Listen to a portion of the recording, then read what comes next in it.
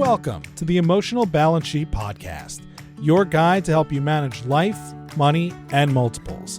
Each episode, host Paul Fenner, Tama Capital's president and founder, and the proud parent of 4 amazing children, including 1 set of triplets, will provide insights on successfully sustaining an active lifestyle, career, and family through comprehensive wealth management strategies, financial education, and lifestyle planning, specific to parents raising twins, triplets, and more. Learn more, subscribe to the show, or connect with Paul at tamacapital.com.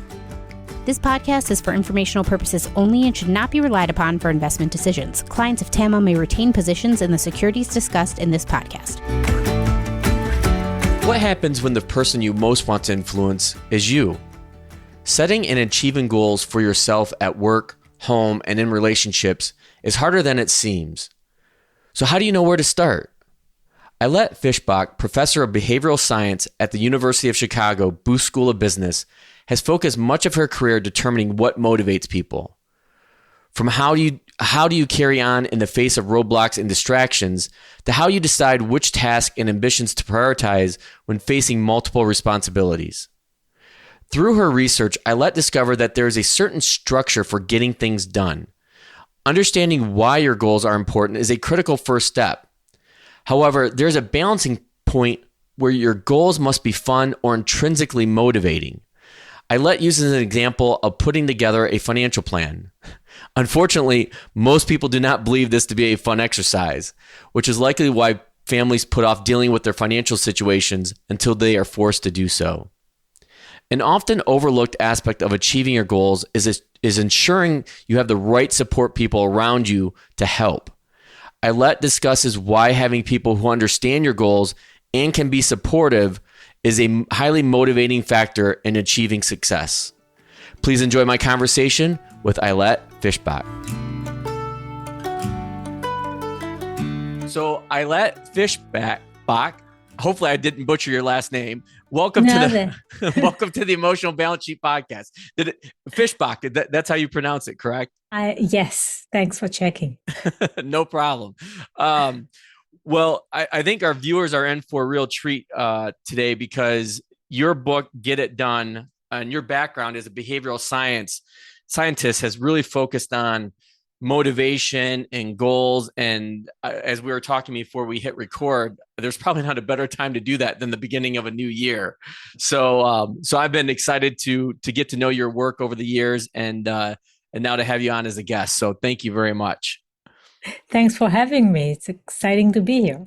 So I think the place to start, Ayelet, is to talk about your background, because I've spoken with several behavioral scientists over the years on the show, and I'm always interested, how in the world did you get into the world of behavioral science? Yeah, it's a good question, and it's not something that I could have anticipated. So I'm a first generation in going to college. I grew up in Israel in a small socialist community, a kibbutz, where education was not really something that people valued too much. And I went to Tel Aviv University and I got my college degree and then just stayed there and wanted to get a PhD in social psychology. So I knew I was excited about social psychology. But back then, motivation wasn't really a big topic in the behavioral science. Behavioral economics was just starting. It was maybe 25 years ago. Wow, that's a long time.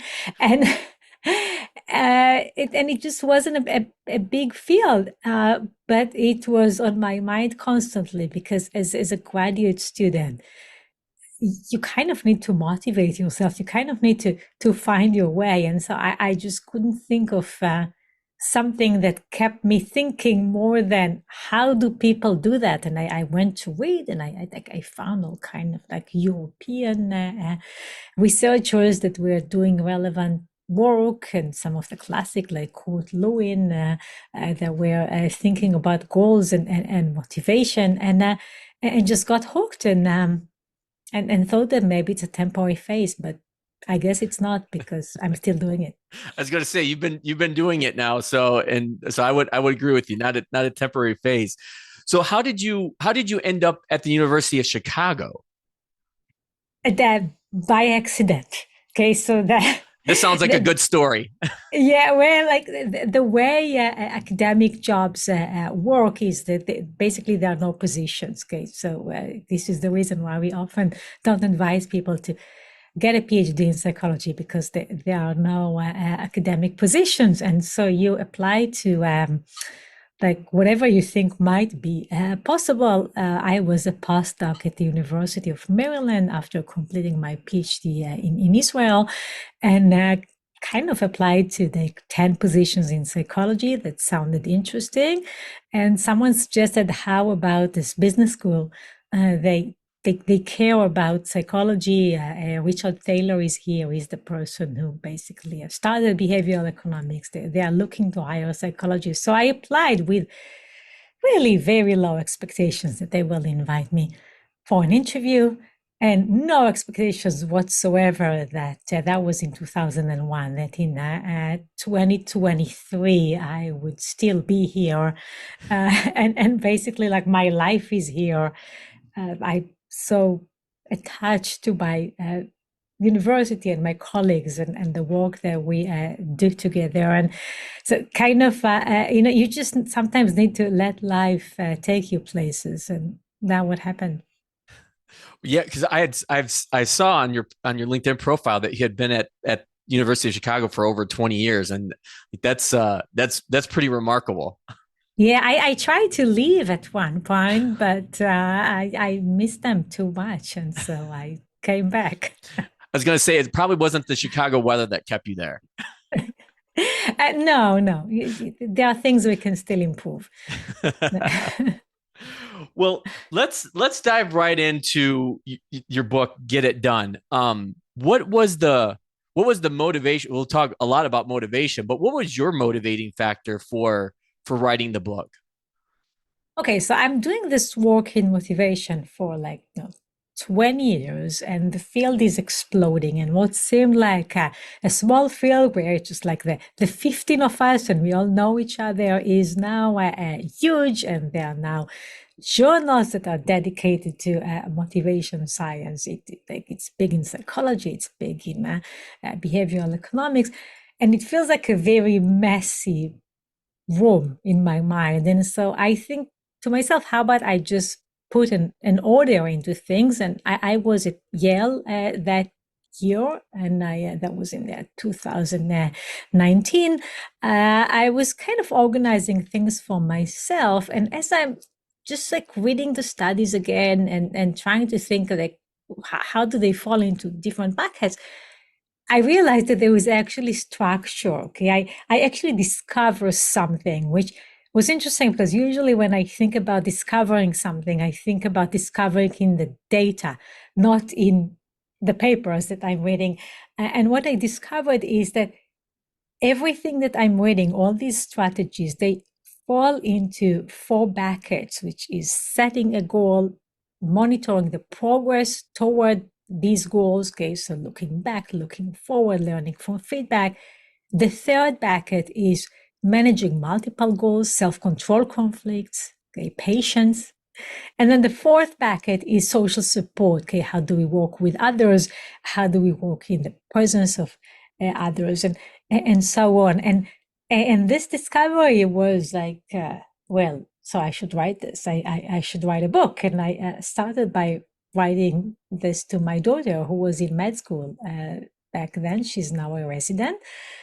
She liked it. She gave good feedback. And so I thought, well, I guess this discovery is worth sharing with the world. Here's Get It Done, the book. That is a great story, and how you tie your daughter into it, I think, is really, really fascinating. Because what were you done if she said, "No, Mom, this is not good stuff"?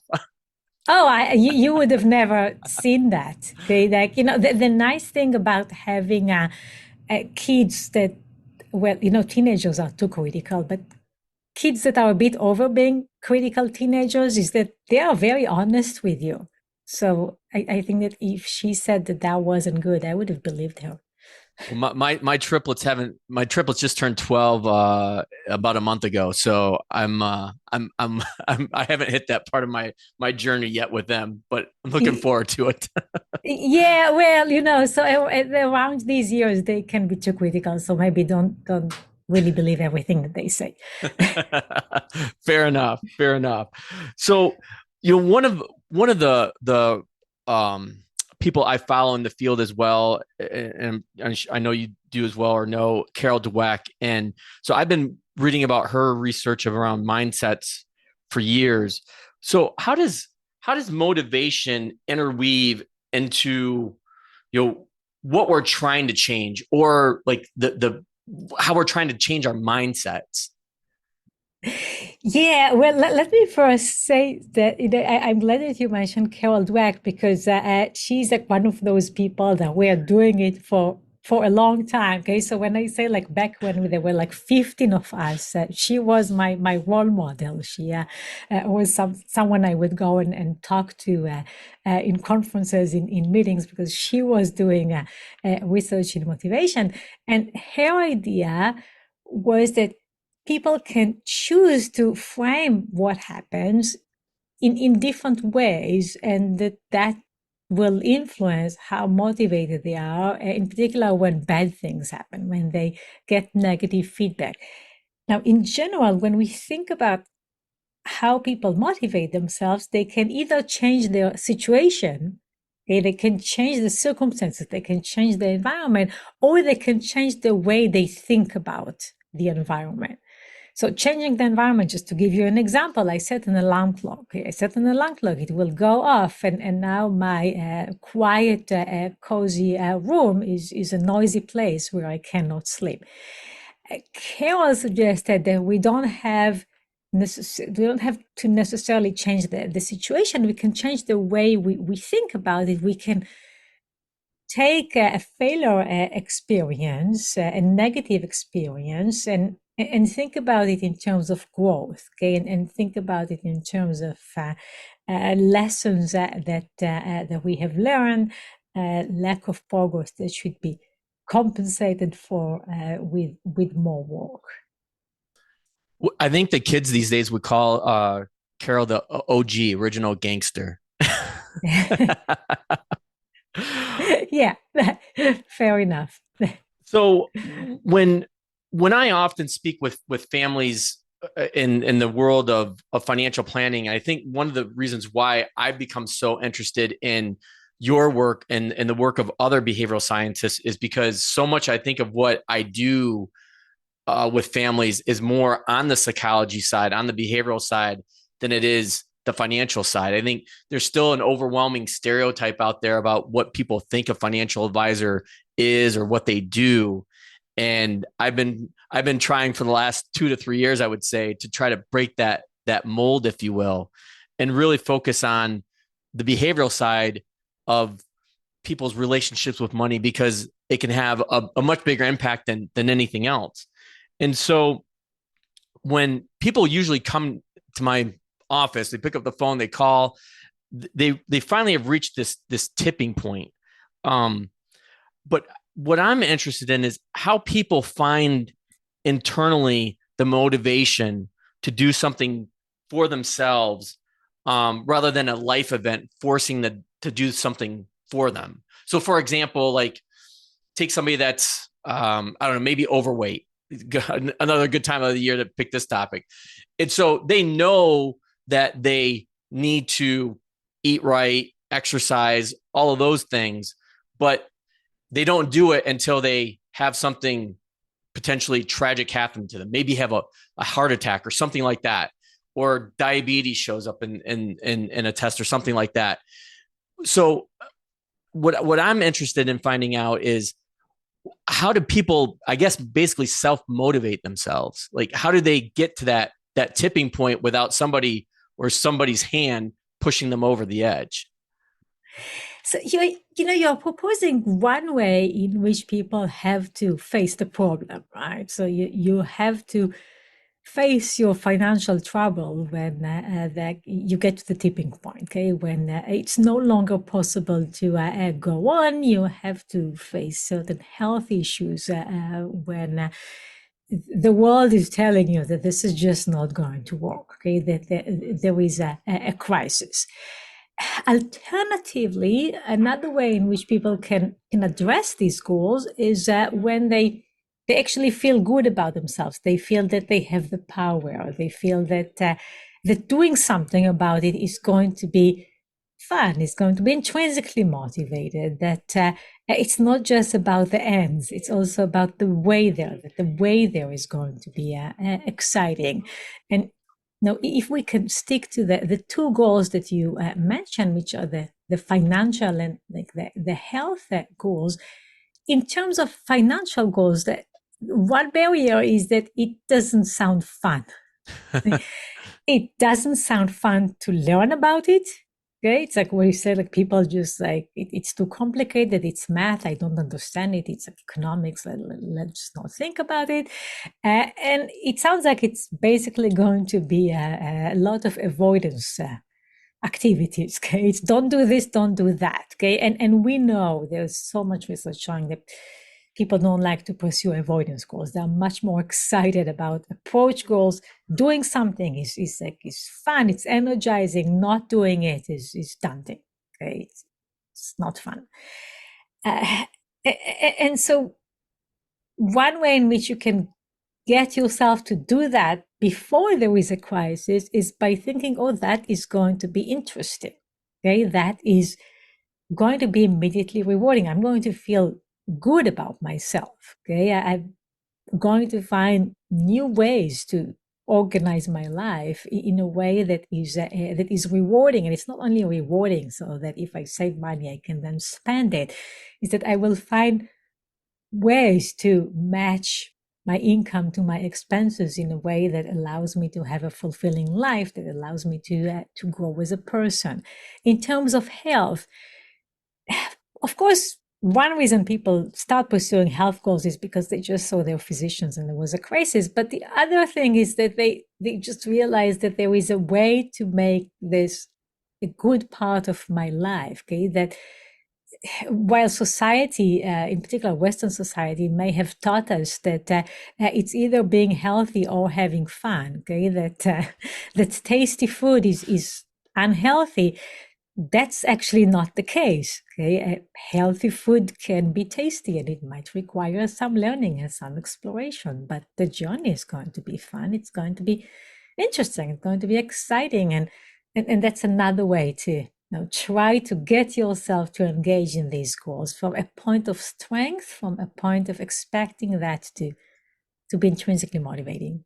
So, do you see when people have a higher chance or expectation of achieving their goals or getting through to them, that it's some kind of positive, I don't know if reinforcement is the right word. I can't remember exactly the right word that you used. Is that the right way to look at that? Yeah, I'm not quite sure which word you think you're looking for, so I'm not sure I can give it to you.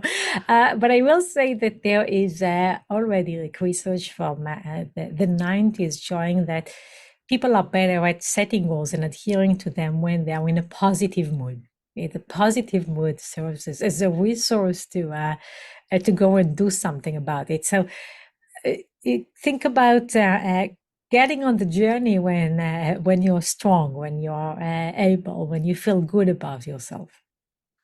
So that actually kind of leads me into my next question: is setting goals harmful or hurtful when it comes to motivation? Because it kind of aligns to if you don't meet your goal, then you beat yourself up. And I think sometimes we become so focused on the goal that we forget the journey and how to enjoy it. Yes, and and that's how goals got their bad reputation. Okay, and well, it depends a bit on what do you mean by setting a goal, because some goals you already have. Okay, you want to have your finance under control. You want to be a healthy person. Maybe you want to have better relationships with some people, and all these are goals that you already have. Okay, and often when people say set goals, they mean setting targets, that is putting a number on this goal. Okay, so I want to be healthy, and I think that means exercising 5 times per week. Okay, and now we have a target, and now we can ask whether it makes sense to take this abstract goal of being healthy and make it into 5 workouts in a week. In general, yes. Okay, these specific numbers, how much and how soon, helps people. There is great study that looked at marathon times in the US, and there are many more people that finish the marathon just under 4 hours, okay, so like 3 hours and 58 minutes, than just over 4 hours, that is 4 hours and 2 minutes. Now, how is this possible? Well, it's possible because 4 hours is highly motivated for someone who runs a marathon. I don't. Me neither. Yeah, so you put that number and now it motivates you, but the number might not be right for you. Okay, and so you might be chasing some number that is actually not right for you, that will mean that you compromise some other important goals, or that you cut corners in order to get there.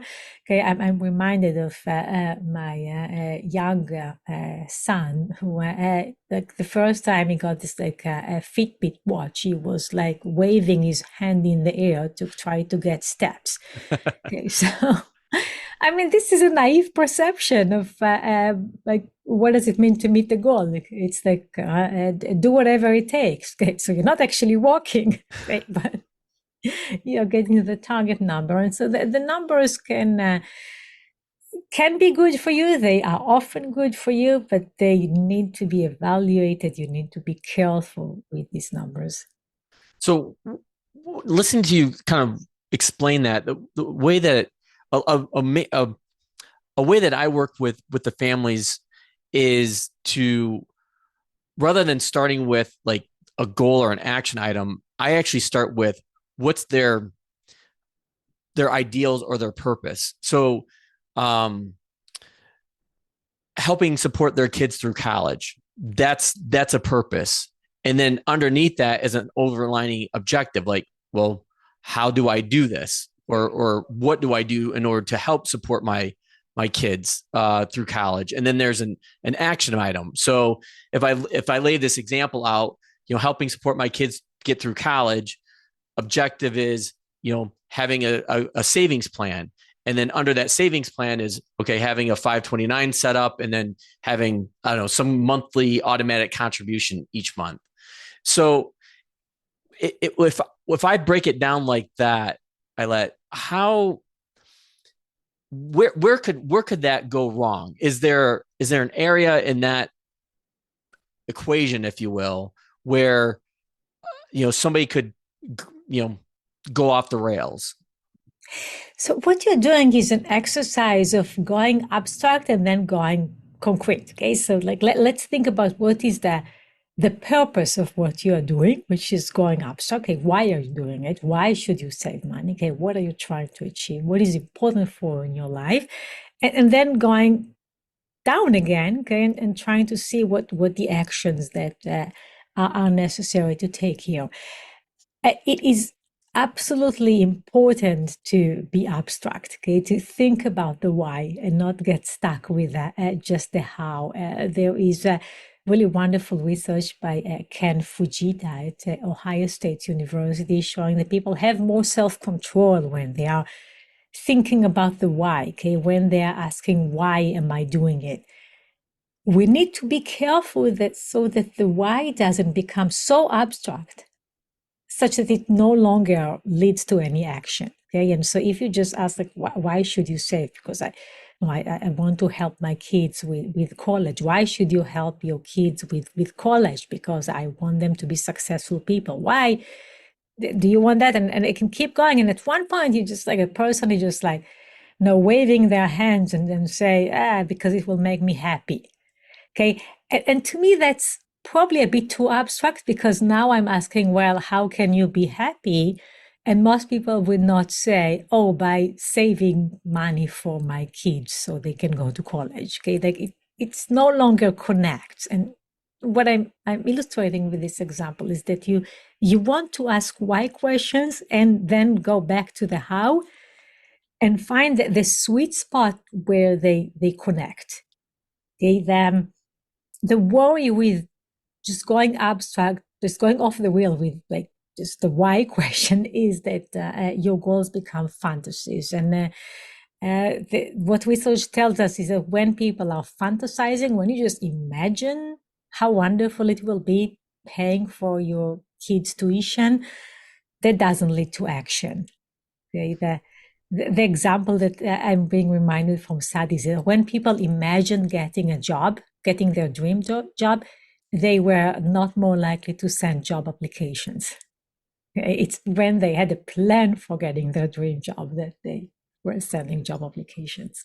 Is within the work that you do, is there a secret to try to finding and honing in on that sweet spot between, asking the enough why questions, but then bringing it back to the objective or even, SMART goal, if you will, with tying it with, action with numbers? Yeah, we usually start by asking people to list their goals, like their important goals in life, and then try to answer why. Why are these goals important for you? And kind of go up, okay, make it more abstract. And once they do that, then we ask them how will you achieve these goals and getting them to be more concrete. And what we can get with this exercise is what we refer to as the person's goal system. Okay, what are the goals, how they relate to each other, okay, how they relate to goals that override them, okay, so like your basic values, how they relate to sub goals and means and activities that help you get there. What about when somebody's really struggling to just they have a hard time identifying like what their goals are? Like how does that work? Like that's because that's something I run into. I feel like often is I try to avoid this question when I first meet with families is, okay, well, tell me what your goals are, both personally and financially. And I usually get like a deer in the headlight look. And because I don't know if I think for most people, they've never taken the time to really to think about, gee, what is it that I really want? Well, they were not thinking about it in the abstract level. There are probably more things that they want to do this week that they can probably do. Okay, and so the other side of the coin, which I actually think is more common, I mean, not in the reflection exercise, but it's more common in people's behavior, is that there are just more things that you are trying to do than what is possible, and that they might conflict with each other. Okay, so you might have opened a saving account and also purchased a new car, and that's just doesn't go well together. And so it's it's more that the challenge is to get people to sit down and reflect, okay, and think about what's important in my life, and also realize that it changes as we go through life. Okay, that, most well, all parents at one point did not have kids, right? And so there was this change, and that meant that their goals have changed. There is a really interesting research in developmental psychology looking at like these action crises where you realize that you need to change your goals, that the way you used to live your life just doesn't work anymore. Okay, which could be because you can no longer run. Okay, maybe you got to the age where this is just doesn't fit your body, or that you can no longer go out as much as you have wished because now you have a triplet. Very, very true. Not me. That's you, not me. Yeah, that was a life-changing experience for sure. So if I bring this back to the book, because there's a couple topics I wanted to really hone in on the book, is to have you talk about this term that you use, attacking the middle problem. What do you mean by that? And I'll just let you run with it. I would be happy to. So when we start something new, we are excited. Okay, there is this energy that we bring to this new beginning. That this is now the beginning of the year, and people are excited about their goals. Okay, so the fresh start effect that Katie Milkman studied, there is a lot of data that when people start on something, they do it well. Okay, and they just do it. Okay, often when there is a clear endpoint, you see again that there is this increase in motivation. So think about goals that have like a very clear endpoint, like the last class that you need to take towards some degree, or the last purchase that you need to make to win a reward in some loyalty program. You are highly motivated, you are doing it well, you are excited. In the middle, this is where we see a problem, and we see a problem in motivation because first, whatever you do doesn't feel like it makes much of an impact. Okay, so my first action made 100% of the progress so far. My last action is 100% of the remaining progress. In the middle, I might feel like I'm working towards something, but it doesn't really make much of a difference. And the other reason why in the middle we see this motivational decline is that it's easy to forget about the goal. It's easy to forget about what my actions reflect on me as a person. We just don't pay attention in the middle. We don't remember things that we did in the middle. And so just to give you an example of that, we ran a really fun study that was with Rheumatoid Artillery at Northwestern. And we gave people basically a pair of scissors and a piece of paper on which we had several shapes that we pointed. And these shapes had like arrows, and they were kind of hard to cut. And the task was simple, just cut out these shapes. People were doing a good job for the first shape and for the last shape, but for the middle shapes, they were literally cutting corners. Okay, they cut the corners of the shapes. Okay. Now, what's going on here? Well, you don't really pay attention. Your mind wanders. You're not on the task, and that's the middle problem. And so now you might ask for a solution, and I would say the best solution that I found is to keep middle short. Keep the middle short. You knew I was going to ask that question, Ayelet. So so how do you keep the middle short? So let's take a saving for retirement goal. Yeah, because I was just going to say that. It's like you're reading my mind today. I was just going to say that because retirement saving is so long, and people, that's a huge middle. Right? It's terrible. It's a terrible goal because the middle is your life. Okay, like what?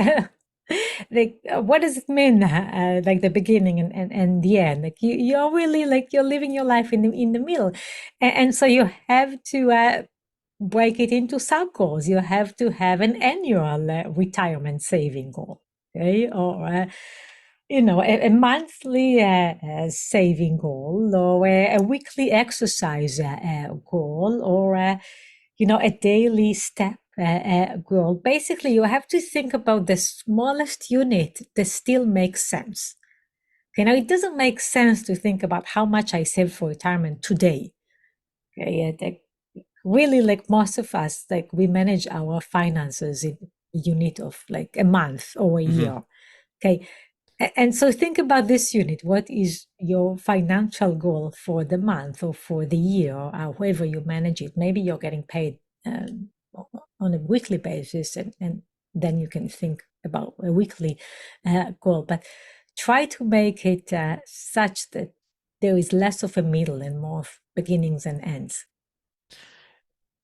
So that brings me to the other topic I wanted to talk about regarding your book. And you really, I think, do a great job of emphasizing this, is letting others help you. Why is that so important? And so there's the why. And then my follow-up question is, well, how do you do that? Well, why? Because we are social animals, because humans are living their lives in groups. Okay, we are part of a family, we are part of a community, we are doing things with other people and in the presence of other people. And we look around and we look at what other people think is important, and then it's important for us. And given that this is just the way we evolved as a human species, like we cannot do something for a long time if the people around us are not supportive. Okay? What that means is that either you are going to drop that goal or you are going to change the people that are around you. Okay, you are going to convince them that this goal is important, or you're going to find a new social group, because we are just unable to do things without looking around at other people and seek their help and seek their support. So this is on a very abstract level, just the idea that you will work on your goals by yourself in your basement and no one will know, and like you will not care about it. This is just unrealistic. In terms of how, well, now that there are just many things that fall into like this like social bucket. Okay, some goals we do with others. Okay, like a project at work that I work on with another person, or raising a family, okay, or something that I'm doing as a community. Some goals we are doing in the presence of others, so others are watching me, okay, and by the fact that they do that, they might make me work harder, because I know that they are looking at me. I might they mimic what other people are doing, and so I think we buy stuff that other people are buying. We eat food that other people are eating. So conformity is a big part of how we pursue our goals, and there are different strategies that help us for each of these specific ways in which others are part of the equation. So would you say in your research that having supportive people around you that know and understand your goal is, I guess, not a motivating factor, but a factor that really helps somebody be able to achieve that goal? Absolutely. You have to find the people that support your goals, because otherwise this is just not going to work. Just the other day, I worked on a paper where what we found is that relationship satisfaction is mainly a function of how much you feel the person with whom you're in a relationship knows you and understands your goals. Okay, now, why is it so important to be in a relationship with someone who knows my goals? Well, because if they know, they can be supportive. Okay, if they know where I'm going, they can encourage me on the way there. Many years ago, we ran some studies. This was with Grania Fitzsimmons now at Duke, where we found that when students think about the academic work that they need to do, they are seeking the company of other students that they think care about academics. They are looking for friends that will advocate for these goals. And when they feel good with their academic progress, this is when they look around and search for those friends that might be more into partying than studying. But it's very intuitive for people to look for the company of those who help. What's less intuitive sometimes is that we do need to share our goals. We do need to let the people in our life know what we are doing and make sure that they are on board. Is there anything else from Get It Done that you would want the audience to know about? Any other one or two key takeaways? There is so much. Okay, let me think. Well, we mentioned that you need to change your circumstances. You need to be intrinsically motivated. That is, you need to be excited about what you are doing. I would say that. Let me say that how you monitor progress matters. So you need to look back at the beginning and when you are less sure, of yourself. You need to see how much you have done, even if it's baby steps. Just look back and monitor the progress so far. Only once you are beyond the midpoint, or you feel confident, this is when you need to look ahead. Give advice to other people to motivate yourself. That's a simple trick that we studied that really boosts the motivation. Exercise self-control. Look for more balance between your goals, and I can go on. Yeah, But I'll stop here. I could have you here for another hour. So I'll stop here. Well, and that's the thing is I already know like I could have you on for another hour. So that just means I'll have to have you back on. So I know I only have you for a finite period of time. So let me get to the closing question I ask all of my guests. And you've already mentioned a few times that you have children. So what is the best thing about being a parent? Oh, for me, it is watching them grow up. Okay, so I have two girls that are in their late 20s and a son who had just turned 11, which means that I have kids that are very different. They're very far in age and very different in their life stages. And it's just wonderful to see them growing. And I used to think that whatever age they have reached, that this is the perfect age. Okay. And now I know that like every age is like so interesting and so perfect in its own way. And just like sit back and watch them grow. It's amazing. Yeah, I love asking that question. I'm sure I've said this hundreds of times now, but I love asking that question because of the uniqueness of everyone's answers that has come on the show. But I couldn't agree with you more because I get that question a lot. Where what's it like having triplets? And I tell them it's every year is different. It's some things get easier and some things get harder. And so I'm always interested in somebody like your situation, where you have a big gap between your kids as opposed to mine. Like, I have triplets and then my plus one is only like 2 years younger. So they're all bunched together. So I don't really get too much diversification in the ages. Yeah, you just have to remember how they were last year, so you will appreciate how different they are, how much they have grown, how much they know more, and it's kind of just amazing to see humans grow up. Well, I think that's a very, very fitting way to wrap up this first conversation with you, Ayelet, because I know that you'll be back on. But I can't thank you enough for being on the Emotional Balance Sheet podcast. Thanks for having me. And anytime, just call me. We'll do part 2.